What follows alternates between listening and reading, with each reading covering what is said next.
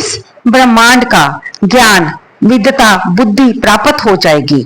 इस जगत का ऐसा कोई भी ज्ञान नहीं है जो इसमें समाविष्ट ना हो।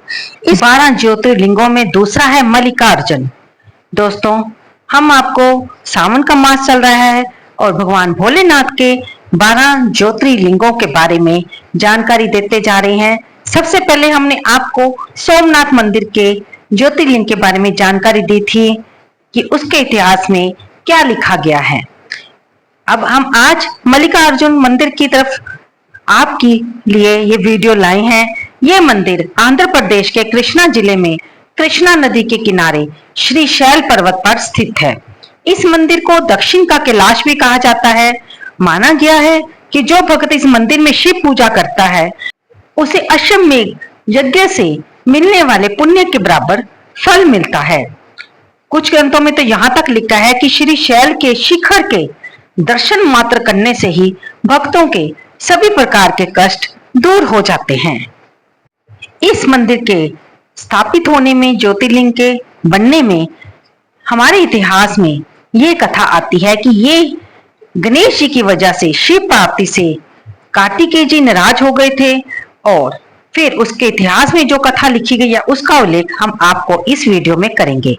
मल्लिकार्जुन ज्योतिर्लिंग की कथा शिव पार्वती, गणेश जी और कार्तिकेय स्वामी से जुड़ी है। जब गणेश जी और कार्तिकेय स्वामी विवाह योग्य हुए तो एक दिन शिव जी और देवी पार्वती ने सोचा कि अब इन दोनों पुत्रों का विवाह करा देना चाहिए। दोनों पुत्रों के विवाह का विचार आते ही उन्होंने दोनों पुत्रों को अपने पास बुलाया।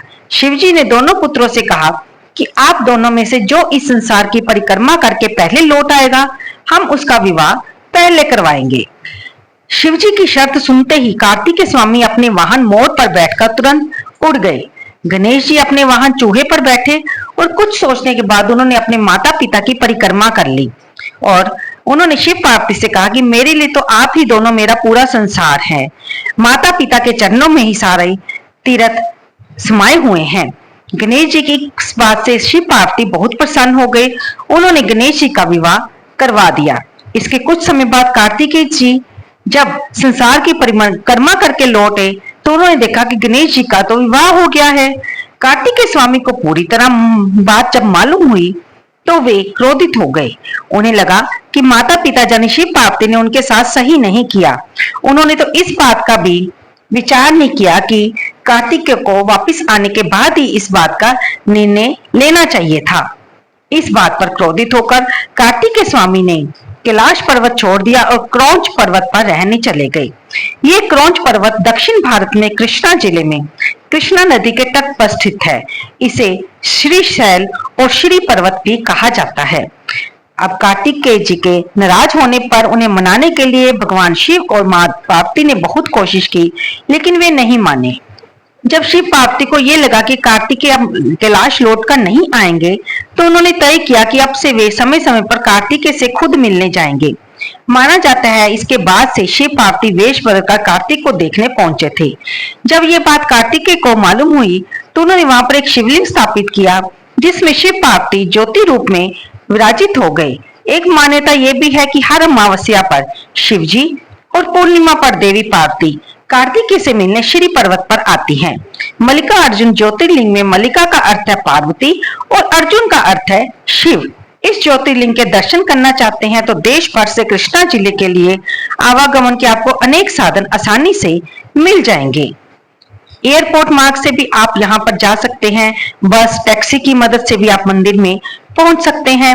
देश भर के सभी बड़े शहरों से आपको ट्रेन मिल सकती है और सड़क मार्ग से भी आसानी से यहाँ पर पहुंचा जा सकता है। दोस्तों, ये ज्योतिर्लिंग अपने आप में ही एक अद्वितीय है। इसकी अनेक विशेषताएं हैं। सबसे बड़ी विशेषता यह है कि इस ज्योतिर्लिंग के साथ एक शक्तिपीठ भी विराजमान है और ये ज्योतिर्लिंग जो कि मल्लिकार्जुन ज्योतिर्लिंग कहलाता है, भगवान शिव ही नहीं बल्कि उनका संपूर्ण परिवार यानी माता पार्वती, कार्तिकेय जी और गणेश जी भी विराजमान है। महाभारत में वर्णन आता है कि जब पांडवों को वनवास हुआ था तब गांडीवधारी अर्जुन ने इसी स्थल पर आकर घोर तपस्या की थी और महादेव को प्रसन्न करके पाशुपतास्त्र प्राप्त किया था। एक अन्य कथा आती है कि जब देवी सती ने योग अग्नि से अपने शरीर को भस्म कर लिया तो बाद में उनकी देह को जब खंडित किया गया उसके परिणामस्वरूप उनकी देह के 52 टुकड़े हुए और ये भारतवर्ष के विभिन्न स्थानों पर गिरे। इस दिव्य मंदिर में देवी सती के होठ का ऊपरी भाग गिरा था। कुछ किंवदंती के अनुसार ये आता है कि यहाँ पर गर्दन का भाग गिरा था, तो इसे शक्तिपीठ के तौर पर पूजा जाता है। अब एक कहानी तो आपने सुनी कि कार्तिकेय जी और गणेश जी के विवाह के बारे में, जिसके फलस्वरूप कार्तिकेय जी नाराज हो गए थे। दूसरी कहानी भी एक किंवदंती के अनुसार कह लीजिए या शास्त्रों में, पुराणों में इसका उल्लेख आता है कि एक समय नारद मुनि भ्रमण करते हुए कैलाश पर्वत पर पहुंचे और उनके लिए, क्योंकि ये आदर्श परिवार था जिसमें परम वैष्णव भगवान शिव जी थे, उनकी संपूर्ण शरणागत पतिव्रता पत्नी देवी पार्वती थी और उनके दो दिव्य बालक गणेश और कार्तिकेय जी थे। इसलिए नारद मुनि कभी कभी इस वैष्णव परिवार से मिलने के लिए आते थे। तो वे आज भी किसी उद्देश्य से आए थे और वह विशेष उद्देश्य था एक उपहार। जैसे ही नारद मुनि ने कैलाश पर्वत पर प्रवेश किया, सभी ने उनका स्वागत किया। दोनों पुत्र गणेश और कार्तिकेय भी अत्यंत प्रसन्न मुद्रा में नारद मुनि के सामने बैठ गए। आज उनके मुख पर एक जिज्ञासा थी कि देखते हैं नारद मुनि ब्रह्मांड का कौन सा समाचार उन्हें सुनाएंगे। नारद जी उनके इस भाव को समझ गए। उन्होंने प्रसन्न मुख से कहा कि आप सभी से मिलकर मुझे बहुत ही प्रसन्नता हो रही है। आज मैं एक अत्यंत विशेष उपहार लेके आया हूँ। वह उपहार मैं गणेश और कार्तिक को देना चाहता हूँ। अपना अपना नाम सुनकर गणेश और कार्तिकेय के कान खड़े हो गए और वे अति उत्साही होकर नारद मुनि के पास जाकर खड़े हो गए। नारद मुनि ने अपने झोले में से एक बहुत ही सुंदर आम का फल निकाला और उस फल को सबको दिखाते हुए कहने लगे कि यह कोई साधारण फल नहीं है। इसको जो भी खाएगा वह उसी क्षण संपूर्ण ब्रह्मांड का ज्ञान, विद्वता, बुद्धि प्राप्त हो जाएगी। इस ब्रह्मांड का ज्ञान, विद्वता, बुद्धि प्राप्त हो जाएगी। इस जगत का ऐसा कोई भी ज्ञान नहीं है जो इसमें समाविष्ट ना हो। इस फल को खाने वाला तर्क और सिद्धांत में निपुण बन जाएगा। अब नारद मुनि के मुख से इस अमृत की इन विशेषताओं को सुनकर गणेश जी के मन में तुरंत उस फल को खाने की इच्छा हुई। वैसे भी भोजन के प्रति उनकी रुचि सभी को पता ही है। वे तुरंत और पास आ गए। उधर कार्तिकेय जी भी आकर खड़े हो गए। अब नारद मुनि ने अंतिम पहेली को सामने रखते हुए कहा कि समस्या एक है। तब सभी सोचने लगे कि इसमें क्या समस्या है। तब उन्होंने कहा कि मेरे पास एक ही आम का फल है, इसलिए यह फल या तो मैं गणेश जी को दे सकता हूँ या कार्तिकेय को। दोनों में से एक ही इस फल को खा सकता है। इस फल को विभाजित करके नहीं खाया जा सकता। अब तो भगवान शिव और माता पार्वती भी चिंता में पड़ गए। उनको दोनों ही पुत्र प्रिय हैं, किसी एक का पक्ष कैसे ले सकते थे। आखिर शिव जी ने कहा कि मुझे तो दोनों ही पुत्र अत्यंत प्रिय हैं, इसलिए मैं चाहता हूँ कि ये फल कौन खाए उसका निर्णय वे स्वयं कर लें। और इसके लिए एक हम स्पर्धा रखेंगे जिसमें जो इस स्पर्धा को जीतेगा वही इस फल का अधिकारी बनेगा। स्पर्धा इस बात की होगी कि गणेश और कार्तिकेय जी दोनों में से जो संपूर्ण ब्रह्मांड के 3 बार परिक्रमा करके आएगा, जो पहले पहुंचेगा वही विजेता कहलाएगा।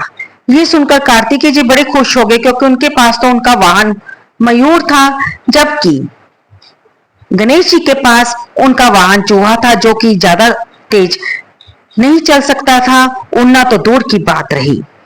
कार्तिकेय जी जल्दी से अपने वाहन मयूर पर बैठे और उड़ चले ब्रह्मांड की परिक्रमा करने के लिए।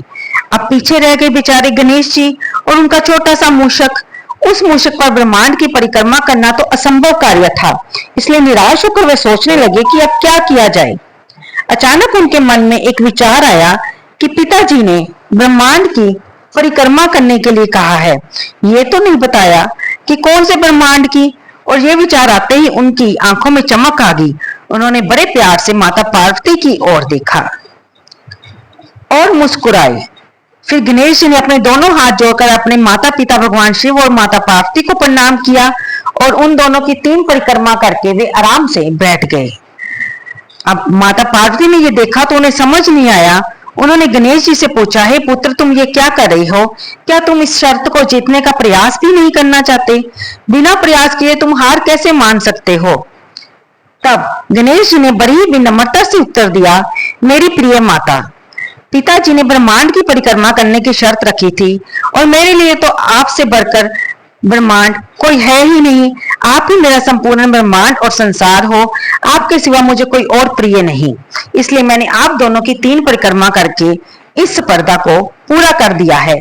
गणेश जी के इस तर्क संगत वाक्यों और अप्रतिम बुद्धि को देखकर भगवान शिव और माता पार्वती अत्यंत प्रसन्न हो गए।